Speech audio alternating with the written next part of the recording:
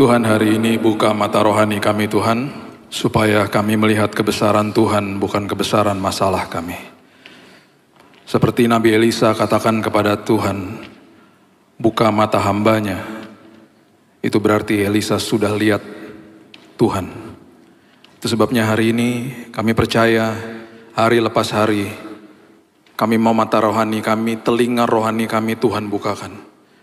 Supaya walaupun ada kegelapan dunia, hati kami tetap tegar, iman kami tetap kokoh, karena kami tahu Tuhan lebih besar dari segala-galanya. Hari ini siapapun yang sedang bergumul Tuhan, aku berdoa, pemulihan, kesembuhan sudah terjadi dalam nama Yesus. Kami sudah terima dengan iman, karena semuanya sudah selesai di kayu salib. Kami percaya hari ini Tuhan, langkah-langkah hidup kami dituntun sama Tuhan, dan Roh Kudus menjadi penasehat ajaib kami. Kami sambut firman-Mu, hanya di dalam nama Tuhan Yesus kami berdoa. Kita sama-sama katakan, amin, amin, amin, amin. Haleluya. Silakan duduk. Shalom. Firman Tuhan hari ini diambil dari Matius pasal yang ke-13, ayat yang ke-31. Matius pasal yang ke-13 ayat 31 dan 32. Kalau Bapak Ibu ikuti khotbah-khotbah saya, pasti tahu bahwa saya sejak awal terkesima dengan prinsip kerajaan, dan itu yang memerdekakan hidup kita. Jadi kalau kita belajar Injil, itu ada dua derivatif. Yang pertama dikatakan Injil kerajaan sorga yang dibentangkan sama Yesus. Kemudian dari sisi satunya lagi, dari angle yang berbeda, Paulus mengajarkan Injil kasih karunia. Tetap satu Injil, tetapi good news ini ada dua angle yang dibahas. Yang satu, kasih karunia membahas tentang pertobatan manusia, keselamatan manusia. Kemudian setelah dibenarkan, kita sekolah kehidupan, kita dikuduskan setiap hari, proses sanctification. Sampai akhirnya Paulus juga menjelaskan tentang proses glorification, di mana kita dimuliakan pada akhirnya. Yesus mengajarkan prinsip kerajaan untuk kita hidup sehari-hari. Supaya kita merdeka, kita mengerti. Dari semua angle kehidupan kita paham apa yang Dia mau kita lakukan. Salah satunya adalah ini. Salah satunya diajarkan tentang Matius 13 ayat 31. Yesus membentangkan suatu perumpamaan lain lagi kepada mereka. Katanya, jadi banyak sekali perumpamaan, banyak sekali pelajaran yang Dia berikan. Hal kerajaan sorga itu seumpama biji sesawi yang diambil dan ditaburkan orang di ladangnya. Memang biji itu paling kecil dari segala jenis benih. Perhatikan kalimat ini. Biji itu paling kecil dari segala jenis benih. Tetapi apabila sudah tumbuh, sesawi itu lebih besar daripada sayuran yang lain, bahkan menjadi pohon. Sehingga burung-burung di udara datang bersarang pada cabang-cabangnya. Ini pengertian-pengertiannya harus jelas dulu. Hal kerajaan sorga adalah seperti biji yang ditanam. Kemudian ada kata benih. Kemudian di sini ada kata pohon. Kemudian ada kata yang bersarang pada cabang-cabangnya. Perhatikan urutan ini. Ini yang Yesus ajarkan. Pertama kali selama 26 tahun saya belajar firman Tuhan. Pertama kali waktu belajar tentang prinsip ini, saya dibuat bangga dengan Alkitab bahasa Indonesia kita. Selama ini juga bangga, maksudnya bukan bangga sama Alkitabnya, bangga sama kosakata bahasa Indonesia kita. Karena bahasa Indonesia ini sangat terbatas dibanding dengan bahasa Inggris misalnya. Pertama kali ketika kita belajar tentang kata biji dan benih, itu di dalam bahasa Indonesia dibedakan.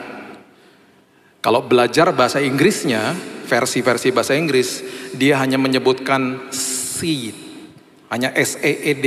Bahkan kalau belajar ayat ini dikatakan the mustard seed is the smallest of all seeds. Jadi tetap pakai kata seed gitu ya. Dia cuma sebut aja mustard seed, biji sesawi. Bahasa Indonesia menjelaskan dengan sangat gamblang, dikatakan bahwa biji itu beda sama benih. Dan itu sangat jelas akhirnya untuk pembelajaran ini. Biji itu adalah sesuatu yang sangat mentah.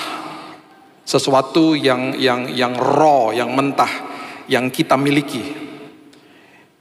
Ketika kita memulai sesuatu itu dimulai dari sebuah biji. Jadi sesuatu yang sangat kecil, makanya biji sesawi. Benih itu adalah biji yang dikondisikan. Itu benih. Jadi biasanya benih itu kemudian kalau kita pelajari tentang prinsip ini, Tuhan seolah-olah datang kepada kita, dia tanya, kamu punya apa? Kita katakan, saya hanya punya biji ini Tuhan. Imanku hanya sebesar ini. Diambil sama dia, bermitra sama dia, biji yang kecil itu dijadikan benih. Kemudian dia akan tanya lagi sama kita, yuk kita tanam sekarang. Sama seperti prinsip ketika kita belajar bahwa dia adalah ahli bangunan, dia nggak akan paksa kita. Dia akan katakan begini, biji ini yang aku kondisikan jadi benih, yuk kita tanam. Karena di dalam proses itu, nanti kamu akan bertumbuh menjadi sebuah pohon yang indah, dan bahkan nanti pada ujungnya cabang-cabangmu itu tempat bersarang burung-burung, artinya adalah hidupmu jadi berkat. Itu maksudnya. Jadi ini prinsipnya. Ya, ini adalah eksposisi ringan dari Matius 13 ayat 31 dan 32. Urutannya seperti begitu, ya. Nah, ketika bicara tentang sesuatu yang ditanam, itu berarti kita harus mengerti bahwa pohon ini merupakan sebuah metafor dari kehidupan rohani manusia. Kehidupan rohani manusia. Itu sebabnya Mazmur 1 ayat yang ketiga, firman Tuhan katakan begini. Mazmur 1 ayat yang ketiga. Nah, ayat-ayat seperti begini seringkali yang saya katakan di bulan lalu merupakan ayat-ayat yang seringkali dimutilasi. Artinya dimutilasi, main comot-comot aja, kemudian main dihotbahkan saja tanpa melihat konteksnya. Itu yang saya sebut eisegesis, bukan exegesis. Sesuai sama keinginan saya main ambil-ambil ayat aja, kemudian saya cocok-cocokin sama keinginan saya, dan akhirnya menyesatkan banyak orang. Itu sebabnya ayat-ayat seperti Matius 6 ayat 33, Mazmur 1 ayat 3, itu banyak sekali disalahartikan karena kedengarannya sangat nikmat. Mazmur 6 ayat 33 contohnya, carilah dahulu kerajaan Allah dan kebenarannya. Itu tugas kita. Kemudian bagian daripada kerajaan sorga adalah menambah-nambahkan the added values, sesuatu yang dia akan tambah-tambahkan. Itu tugasnya kerajaan sorga, bukan tugas kita. Tugas kita mengejar kerajaan sorga dan kebenarannya. Prinsipnya kita harus mengerti dulu. Kita abaikan itu karena kita suka dengan bagian kedua, bahwa saya akan ditambah-tambahkan. Mazmur pasal yang pertama ayat yang ketiga juga seperti itu. Karena di ujung daripada ayat ini keluar kalimat yang sangat-sangat sejuk. Dikatakan gini, Mazmur 1 ayat 3. Ia seperti pohon. Ya, kita sudah tahu pohon itu adalah metafor dari kehidupan rohani kita. Ia seperti pohon yang ditanam di tepi aliran air, yang menghasilkan buahnya pada musimnya. Daun tidak akan layu. Ya. Ini yang kita suka. Apa saja yang diperbuatnya berhasil. Kita kutip-kutip, kita mutilasi ayatnya, nggak lihat konteksnya, kemudian kita akhirnya kecewa sama Tuhan. Mana katanya berhasil dalam hidup ini? Kok ada tantangan, kok ada proses, kok ada hal-hal nggak enak terjadi? Kita lupa bahwa di ayat itu ada satu kata yang sangat penting, yaitu ditanam. Ditanam itu berarti letaknya di bawah tanah.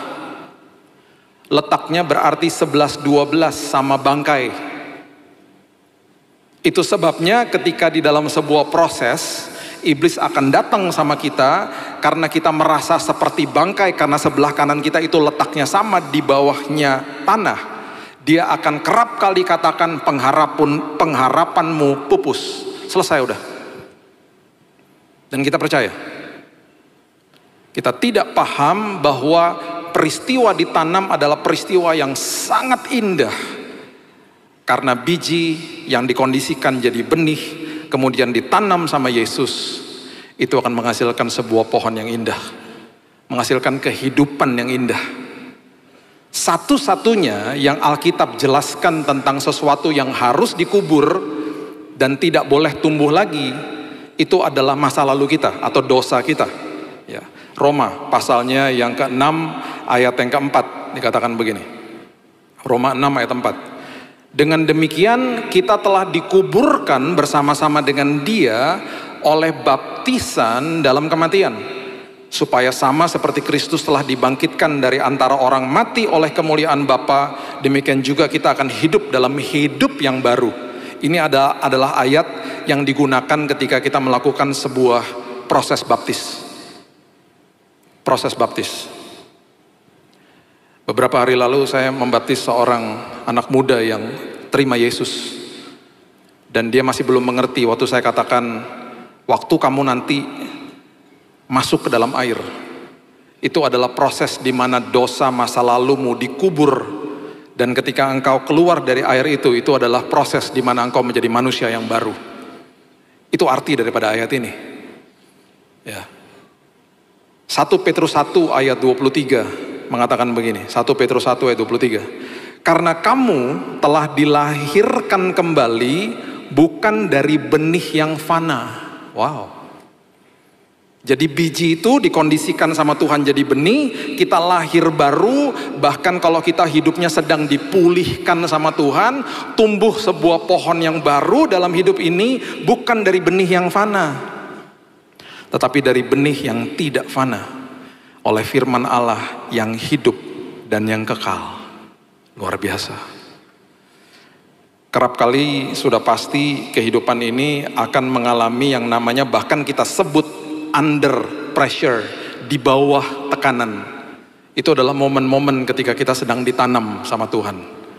Nasihat saya hari ini, jangan cabut diri kita dari proses itu. Jangan cabut diri kita dari proses itu. Biarkan Tuhan tanam, dan memang tidak enak. Letaknya di bawah, seolah-olah berantakan di bawah, karena itu yang kita lihat. Gelap, 11-12 sama bangkai, dan seolah-olah sepertinya gak ada pengharapan. Kita udah belajar di waktu yang lalu, dari persepsinya manusia seperti Abraham katakan, seolah-olah tidak ada dasar untuk berharap. Tetapi ingat satu hal, yang menumbuhkan pohon yang baru dalam hidup kita, bahkan nanti buahnya, itu selalu seturut dengan waktunya Tuhan. Nah masalahnya seringkali ada benih-benih yang tertabur, itu benih yang salah. Makanya saya mau beritahu hari ini, semua tindakan kita dan semua perkataan kita itu adalah sebuah biji yang dikondisikan jadi benih yang kita tanam. Dan hati-hati, ada benih yang benar, ada benih yang salah. Semua yang kita lakukan. Bahkan hari ini kita hidup karena ada benih atau biji yang tertanam atau ditanam sama kita. Atau ditanam mungkin sama orang lain yang membuahkan kehidupan hari ini. Hati-hati. Hati-hati untuk mengambil keputusan apa yang saya mau tanam dalam hidup saya. Be careful. Karena itu akan menjadi jalan hidup kita pada akhirnya. Saya tidak pernah katakan bahwa oh, berarti kalau ada orang yang pernah bersalah sama kita, berarti kita punya kontrol atau power di mana kita bisa mencabut semua benih-benih yang salah. Terkadang kita nggak ngerti, terkadang kita tidak paham, terkadang kita tidak tahu, bahkan ketika akhirnya kita hidup dan berbuahnya salah, karena benih-benihnya salah. Karena semua benih itu akan menumbuhkan buahnya, dan buahnya pasti sama. Benih apel akan menumbuhkan buah apel, nggak mungkin benih apel menumbuhkan buah jeruk, tuh nggak mungkin. Saya percaya firman Tuhan hari ini, sebentar kita lihat, kita akan dipulihkan. Dan bahkan kalau sampai ada benih-benih yang salah, hari ini Tuhan mau cabut, digantikan dengan benih yang benar. Karena banyak mungkin keputusan kita dan tindakan kita yang salah. Ketika kita bicara soal yang menumbuhkan itu Tuhan, buka sama-sama di 2 Korintus 9 ayat yang ke-10. 2 Korintus 9 ayat yang ke-10. Firman Tuhan katakan begini, Ia yang menyediakan benih bagi penabur. Tuh, makin diperjelas. Kita kasih bijinya, Tuhan yang menyediakan benihnya. Dan roti untuk dimakan, Ia juga yang akan menyediakan benih bagi kamu, benih bagi kita. Dan perhatikan ini, melipat gandakannya dan menumbuhkan buah-buah kebenaranmu. Yang tumbuhin siapa? Tuhan. Kalau sudah genap waktunya, jangan cabut diri kita. Jangan cabut diri kita. Karena makin ditanam itu berarti Tuhan tahu bahwa ada akar yang harus mengakar sampai ke dalam. Kolose pasal yang kedua ayat 6 dan 7 mengatakan begini. Kolose pasal yang kedua ayat yang ke-6 dan 7. Saya banyak kebagikan ayat, Bapak Ibu catat, nanti direnungkan kembali di rumah. Kamu telah menerima Kristus Yesus Tuhan kita. Karena itu hendaklah hidupmu tetap di dalam Dia. Perhatikan ayat yang ke-7. Hendaklah kamu berakar di dalam Dia dan dibangun di atas Dia. Hendaklah kamu bertambah teguh dalam iman yang telah diajarkan kepadamu. Perhatikan ini, hendaklah hatimu melimpah dengan syukur. Ketika benih itu ditanam, dan kita pasti punya kecenderungan pengen cabut benih itu karena gak enak posisinya. Tabur hari-hari sulit kita, tabur benih itu dengan sebuah pupuk yang sangat indah, yaitu ucapan syukur. Kalau mau akarnya merambat ke dalam, iman dikokohkan, ada kuasa di balik ucapan syukur. Nanti beberapa bulan ke depan kita akan bahas the power of thanksgiving. Jelas ayat Alkitab katakan, hendaklah hatimu melimpah dengan syukur. Itu korelasinya sangat-sangat erat dengan yang namanya akar. Kasih pupuk, pupuknya apa? Akar. Pupuk buat akar itu apa? Ucapan syukur. Dan kalau sudah genap waktunya, Tuhan akan menumbuhkan buahmu dan bahkan melipat gandakannya. Biarkan Tuhan yang lakukan. Sama seperti pohon bambu yang dikasih pupuk selama 5 tahun. Bayangkan dalam waktu hanya seminggu, dia bisa bertumbuh 27 meter dalam seminggu. Setelah 5 tahun. Dan akarnya begitu kuat, sehingga badai sebesar apapun tidak sanggup merontokkannya. Itu bambu. Coba lihat, kalau kita bicara buah roh gitu ya, coba lihat Galatia 5 ayat 22 dan 23. Karena ini ayat populer. Dan ingat Galatia 5 ayat 22 sampai 23 ini disebutnya buah roh, bukan buah-buah roh. Mungkin dulu di sekolah minggu dikatakan buah-buah roh. Bukan, buah roh. Berarti kalau satunya nggak ada, berarti buahnya rusak. Satu, buah roh. Karena hidupnya satu. Dikatakan begini, di dalam buah roh, di dalam hidup kita, kalau kita mau ditanam, ini akan muncul dalam hidup kita. Kasih, sukacita, damai sejahtera, kesabaran, kemurahan, kebaikan, kesetiaan, kelemah lembutan, penguasaan diri. Ada 9. Saya nggak akan bahas semuanya, mengingat waktu. Coba lihat 3 pertama saja. Ya, saya mau tunjukkan kepada Bapak Ibu sekalian bahwa Alkitab kita yang sering mungkin dikatakan baru-baru ini, Alkitab tidak bisa dijadikan patokan. Saya sedih lah kalau dengar kayak gitu ya. Kita sudah pernah bahas juga ya. Bahkan kalau mau dikatakan progresif udah lama lah. Bukan, ini baru menguak aja berita-berita, udah lama. Yang saya katakan tadi, mutilasi ayat itu juga progresif dari zaman dulu. Keinginan manusia dicocok-cocokin sama firman Tuhan. Banyak contohnya, ya. Kita nggak punya waktu untuk lakukan itu sekarang. Ya, perhatikan ini. Kasih, sukacita, damai sejahtera.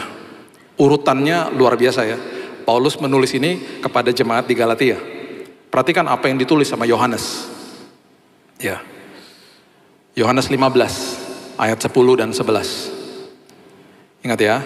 Kasih, sukacita, damai sejahtera. Perhatikan Yohanes 15 ayat 10.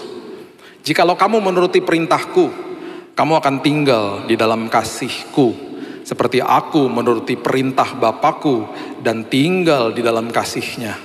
Semuanya itu kukatakan kepadamu, kalau tinggal di dalam kasih, apa yang terjadi? Supaya apa? Sukacitaku ada di dalam kamu, dan sukacitamu jadi penuh.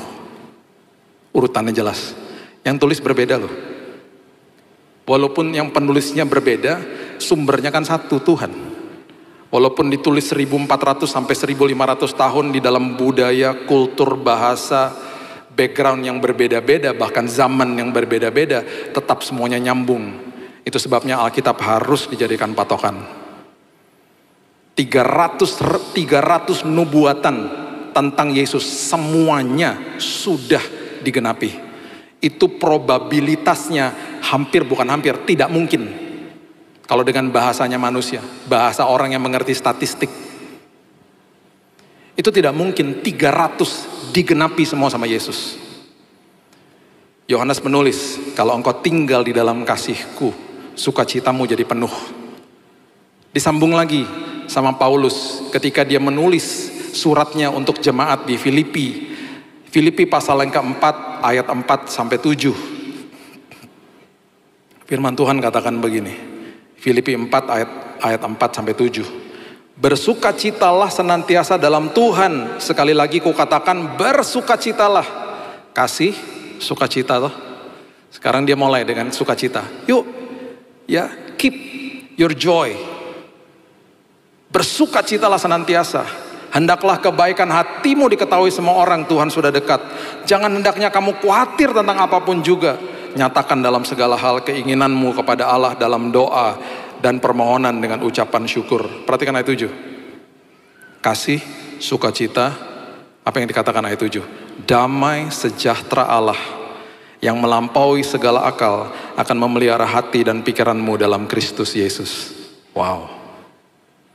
Itu Alkitab kita. Masih mau berani-berani bilang gak jadi patokan. Semuanya nyambung. Kasih, sukacita, damai sejahtera. Kalau ingat khotbah saya beberapa bulan yang lalu, jalan, kebenaran, dan hidup. Ratusan tahun, mungkin 600 sampai 700 tahun ditulis sama Yesaya.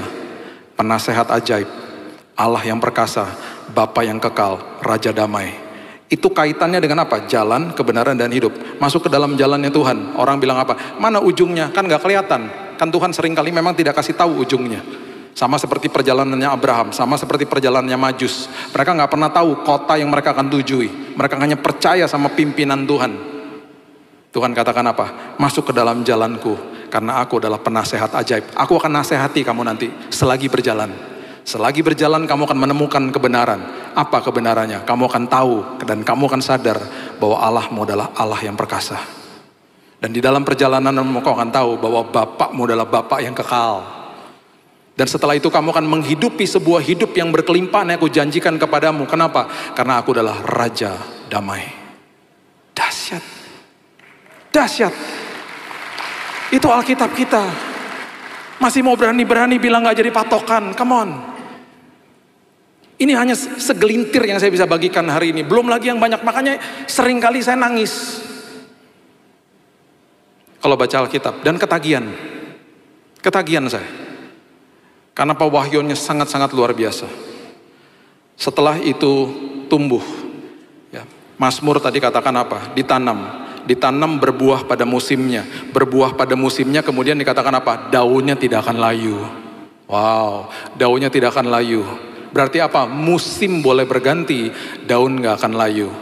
Daun itu adalah mahkota untuk sebuah pohon. Pohon itu kelihatan indah kalau ada daunnya. Sama seperti seseorang itu indah kalau ada rambutnya. Coba baca ini selingan aja ya. Saya cuma mau kasih tahu aja ya. Bahwa saya kalau baca ayat ini saya suka sedih. Lukas 21, sampai hafal saya, ayat 18. Kalau ditampilkan di belakang, Bapak Ibu baca aja, saya nggak mau baca. Udah? Ya udah. Saya nggak mau baca, sedih soalnya. Ya, balik lagi. Di musim dingin, itu pohon harus simpen nutrisinya. Ya, pohon harus simpen nutrisinya. Jadi untuk dia bertahan di musim dingin, ini kalau kita pernah tinggal di negara 4 musim, saya pernah tinggal di negara 4 musim 13 tahun, jadi saya paham. Kalau yang namanya musim gugur, itu adalah musim sebelum musim dingin. Musim gugur itu adalah ketika nutrisi daripada pohon itu tidak disalurkan kepada ranting-rantingnya. Karena pohonnya harus menyimpan nutrisinya untuk musim dingin. Alhasil yang terjadi adalah daun-daunnya rontok. Daun-daunnya rontok.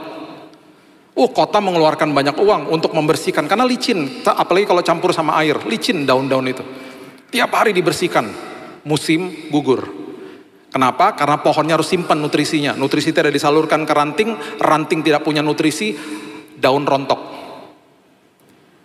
Pohonnya survive, berhasil melewati musim dingin, timbullah musim yang berikutnya, musim semi. Baru pohonnya bisa mengalirkan nutrisi kembali kepada daun-daunnya, timbullah daun-daun yang baru, dan itu dinamakan musim semi. Firman Tuhan katakan begini sama kita, musim boleh berganti. Tuhan katakan apa? Aku adalah pokok anggur, kamu rantingnya. Karena kita melekat kepada pokok anggur, itu sebabnya musim boleh berganti, nutrisi jalan terus. Daun tidak akan layu, itu maksudnya. Musim boleh berganti, orang ketemu kita, dia akan katakan, wow, ada damai sejahtera, ada sukacita. Oh, tadi saya lupa kasih tahu. Ingat, yang namanya kasih itu letaknya di roh, kan buah roh. Yang letaknya di dalam jiwa itu namanya jatuh cinta. Jatuh cinta bisa hilang kapan aja. Yang namanya kasih itu adalah keputusan, kekal sifatnya. Yang namanya sukacita letaknya juga di roh, kan buah roh. Temannya sukacita yang ada di dalam jiwa itu namanya kesenangan. Makanya beda, joy itu beda, bukan happiness. Yang namanya kesenangan bisa terusik, bisa hilang kapan saja. Makanya dikatakan the joy of the Lord is my strength. Sukacita Tuhan adalah kekuatanku, bukan kesenanganku adalah kekuatanku, bukan. Damai sejahtera juga begitu, letaknya di roh. Temannya damai sejahtera yang ada di dalam jiwanya manusia namanya ketenangan. Ketenangan bisa terusik, kesenangan bisa terusik di dalam sebuah proses hidup. Tetapi yang namanya damai sejahtera dan sukacita tidak bisa dicuri sama iblis. Itu sebabnya orang Kristen ketika ada masalah, mereka bisa katakan, kok seolah-olah seperti ada damai ya? Kok seolah-olah seperti ada sukacita ya? Kok masih bisa tersenyum ya? Kok optimis ya? Beberapa bulan lalu, seorang teman saya kehilangan istrinya. Kehilangan dalam tanda kutip, maksudnya kehilangan sementara secara fisik. Ya, karena di dalam Tuhan kita akan dipertemukan kembali. Saya nggak pernah lupa di hari ketika dia telepon saya. Mereka sudah kayak adik saya. Dia katakan, Kak, istriku sudah dipanggil pulang tadi pagi. Nangis saya. Kita nangis di telepon berdua. Dan saya nggak pernah lupa kalimat berikutnya yang keluar dari mulutnya dia. Dia katakan begini, Kak, Tuhan Yesus baik. Tambah nangis saya. Wow. Itu orang-orang seperti begitu tuh. Walaupun ketenangan, kesenangannya gak ada di hari itu. Damai sejahtera sama sukacita kekal di dalam rohnya. Itu orang yang luar biasa. Orang yang membiarkan hidupnya ditanam sama Tuhan. Dan akhirnya apapun yang diperbuatnya berhasil. Karena Tuhan tahu apapun yang dititipkan dalam hidupnya akan dikelola dengan luar biasa. Karena sudah melewati proses itu. Ya, kita balik sebentar ke Matius pasal yang ke-13 ayat 31, di ayat 32 maksudnya. Dikatakan memang biji itu paling kecil dari segala jenis benih, apabila sudah tumbuh sesawi jadi besar pada sayuran yang lain, ya bahkan menjadi pohon sehingga burung-burung di udara datang bersarang pada cabang-cabangnya. Ingat prinsip ini, bukan sekedar kita dipulihkan Tuhan, hidup kita. Kenapa kita masih ada dan bernafas hari ini? Karena masih ada orang lain yang membutuhkan hidup kita. Mungkin kita berpikir, enggak, saya hidup sendiri. Saya seolah enggak ada orang yang juga senang dan mengasihi saya, Pak. Jangan salah. Selama kita hidup, berarti ada orang yang masih membutuhkan kita. Kita nggak tahu di depan atau di hari esok kita ada siapa yang berjumpa dengan kita. Karena ada sebuah potensi yang Tuhan mau keluarkan untuk jadi berkat bagi dia. Karena itu selalu begitu, sudah jelas ayatnya. Nah, saya akan tutup dengan ini. Kita tadi bicara soal kita menabur. Ya kan, kita menabur biji benih. Tapi kan kita nggak bisa kontrol kadang-kadang apa yang ditabur sama orang lain dalam hidup kita. Bahkan di dalam kelemahan kita, apa yang ditabur sama iblis bisa tumbuh menjadi sebuah akar yang tidak benar di dalam sini. Bahkan sebuah peristiwa yang terjadi bisa membuat kita bahkan kecewa sama Tuhan. Di bagian ini saya mohon maaf, karena saya akan tutup bagian ini dan ini agak sensitif. Dan kalau sampai hari ini kita akan ingat tentang peristiwa-peristiwa itu, paling tidak hari ini kita dapat kuncinya. Ada benih yang ditanam mungkin di masa lalu kita, oleh orang tua kita mungkin, oleh saudara atau orang terdekat kita, yang kita nggak tahu caranya, dan sampai hari ini itu mengakar menjadi akar kepahitan.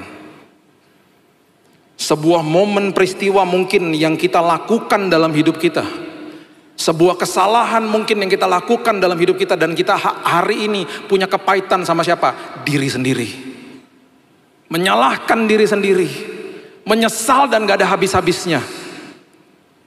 Atau mungkin hari ini ada sebuah peristiwa yang terjadi, dan karena kita gak ngerti, kita dibohongin sama iblis, kita kecewa sama Tuhan, bahkan kita kepahitan sama Tuhan. Apapun itu, hari ini indikasinya jelas. Kalau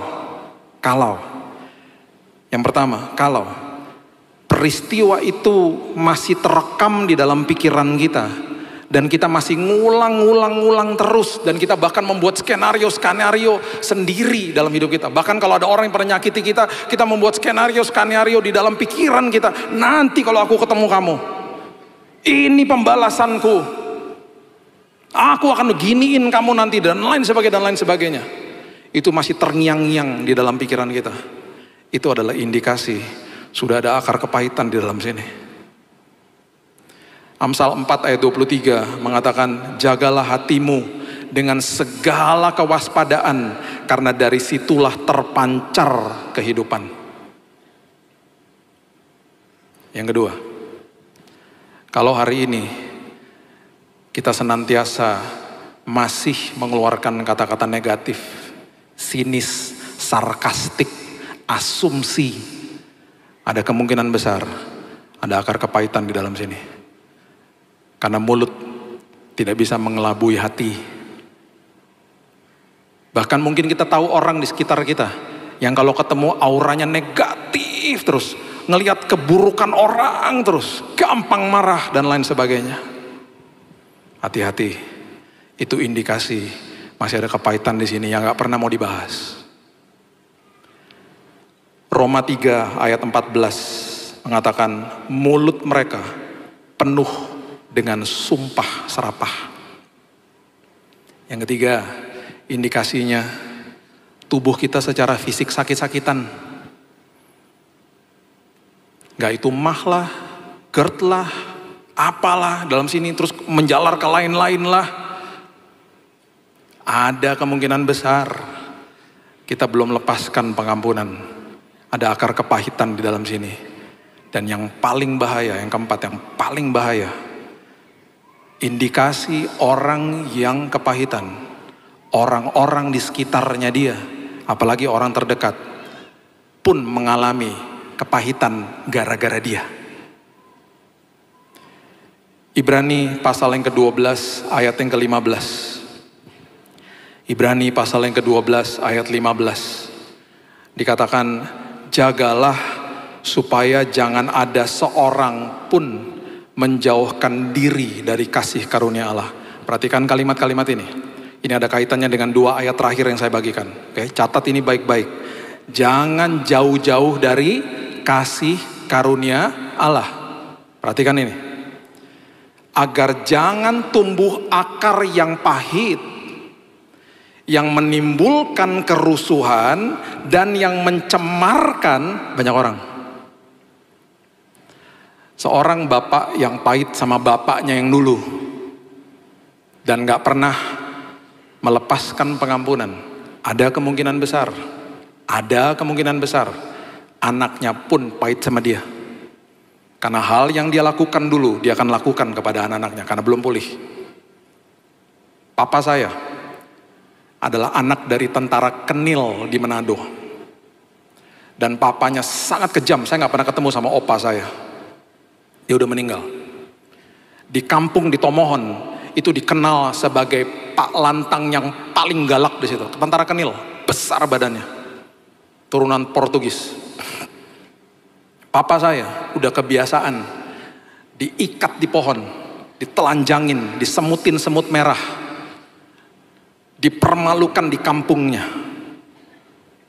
Waktu saya dengar cerita ini, setelah saya bertumbuh dewasa, pertanyaan saya cuma satu, "Pak, kok papa gak pernah mukulin kita kayak gitu? Kok papa adalah papa yang sangat mengasihi kita, papa kok gak pernah mukulin mama? Kita lihat sosok papa yang sangat-sangat indah setiap hari." Dia katakan begini, "Sebelum saya nikah sama mamamu, saya pastikan semuanya itu diangkat dan aku lepaskan pengampunan kepada papaku. Karena kalau tidak, itu menjadi sebuah bagasi ekstra yang dibawa kemana-mana. Bagasi ekstra di dalam perjalanan kalau dibawa kemana-mana, yang repot orang-orang yang traveling sama-sama kita. Karena kita bawa banyak barang, akhirnya dibantuin toh, mereka kena imbasnya. Itu extra baggage namanya.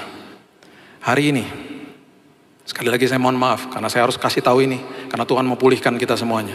Dengan saya mengatakan ini, ada kemungkinan di antara kita yang teringat kembali dengan peristiwa yang menyakitkan itu dalam hidup ini. Saat ini, saya tutup dengan ini.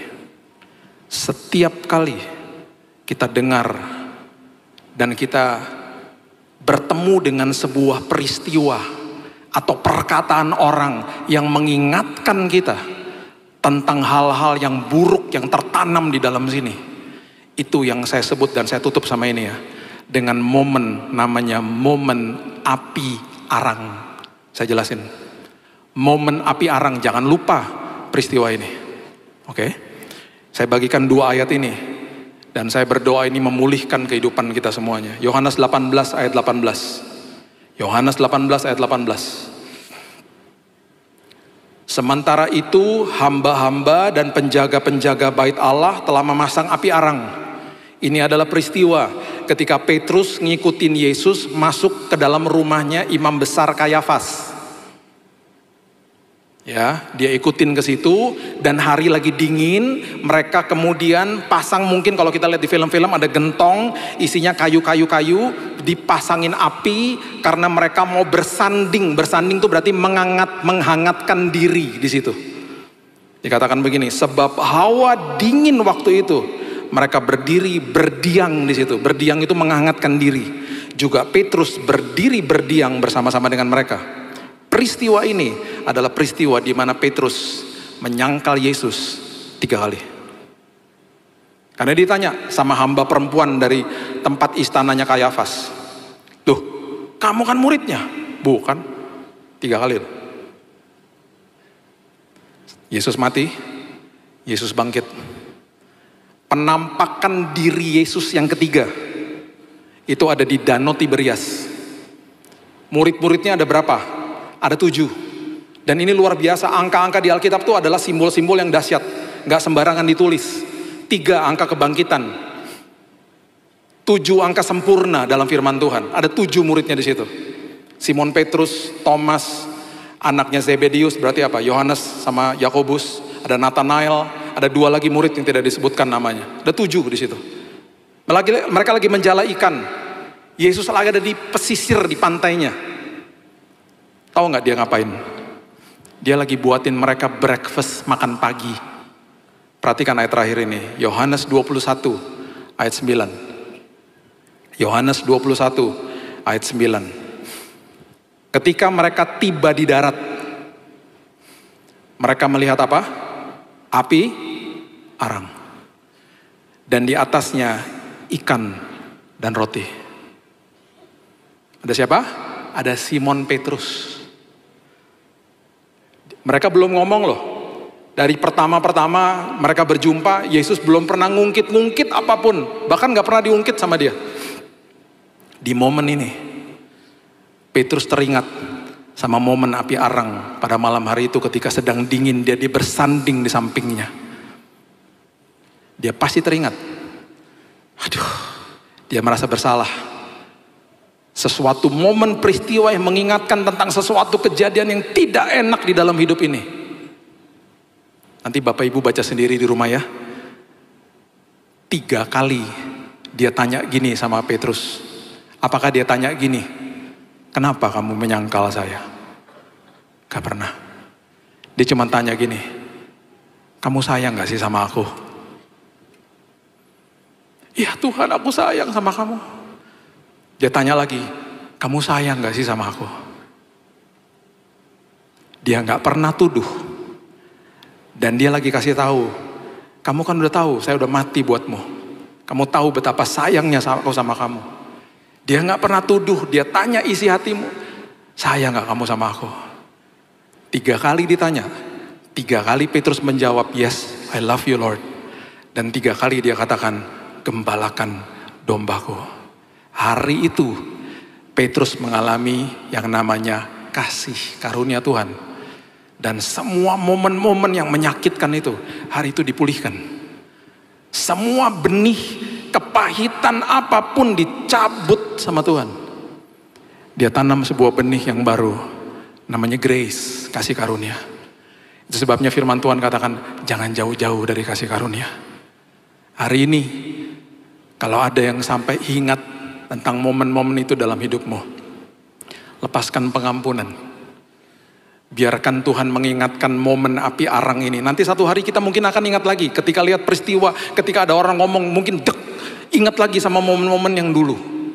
Mungkin momen berduka, mungkin momen orang menyakiti kita, atau mungkin momen di mana kita melakukan kesalahan yang kita susah mengampuni diri sendiri.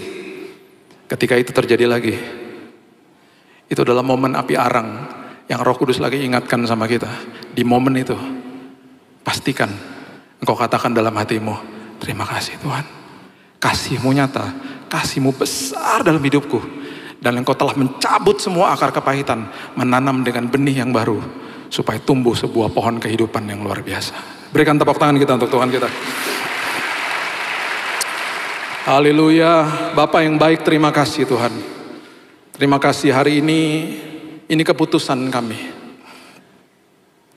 Tuhan tanam benih yang benar dalam hidup kami.